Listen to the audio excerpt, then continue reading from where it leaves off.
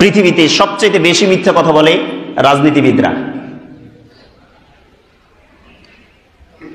সবচাইতে বেশি পরনিন্দা পরচর্চা করে রাজনীতিবিদরা।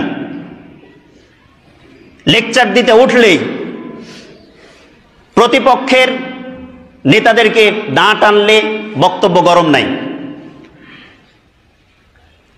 এখন রাজনীতিবিদদের ভিতরে তো কোরআন নেই, হাদিস নেই। এখন আমাদের মতো আলেমরাও আজকাল এই পাপের সাথে বেশি জড়িত হয়ে যাচ্ছে। ওনাকে দাওয়াত দিয়ে নিয়ে যাওয়া হচ্ছে, আমাকে দাওয়াত দিয়ে নিয়ে যাওয়া হচ্ছে 2 ঘন্টা তাফসির করার জন্য। আমাকে সময় দেওয়া হলো 10টা থেকে রাত্রি 12টা। আমার কাজ ছিল কোরআন থেকে এবং হাদিস থেকে তাফসির করা। আমি সেখানে আধা ঘন্টা সময় নষ্ট করলাম আরো কিছু ওলামা ইকরামদের নাম ধরে ধরে গীবত করা, পরনিন্দা করা। ওই হুজুর এই করেছে, ওই আলেম ওই করেছে, ওই বক্তা সেই করেছে। গীবত পরিচর্চা সবচাইতে এখন বেশি করছেন ওলামা ইকরামরা, আমরা। গীবত করার, পরনিন্দা পরিচর্চা করা, মানুষের গোপন দোষ খুঁজে খুঁজে অন্বেষণ করার কয়েকটা স্টেশন আছে। তার একটা বড় স্টেশন হচ্ছে বিভিন্ন দোকানপাট, যেখানে চায়ের আড্ডা মানুষ দেয়। একসাথে বসে 10 জন গল্প করে, 10 জন বসে বিড়ি টানে, 10 জন বসে বিভিন্ন নেশার সাথে জড়িত হয়ে গল্প করছেন।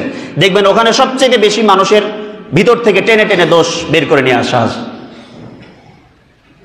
সেখানে কথা আসবেই, কারো বাবা কারো মাকে টেনে, কারো বাবাকে টেনে, কোনো ইমাম সাহেবকে টেনে, কোনো হুজুরকে টেনে, কোনো বক্তাকে টেনে, বা কোনো প্রতিবেশীকে টেনে, কোনো হাজিকে টেনে, কোনো মোল্লা মুন্সিকে টেনে। কথা আছেই, 10 জন একসাথে হলেই এগুলো হচ্ছে স্টেশন, এগুলো হচ্ছে প্ল্যাটফর্ম পরনিন্দা পরচর্চা করার।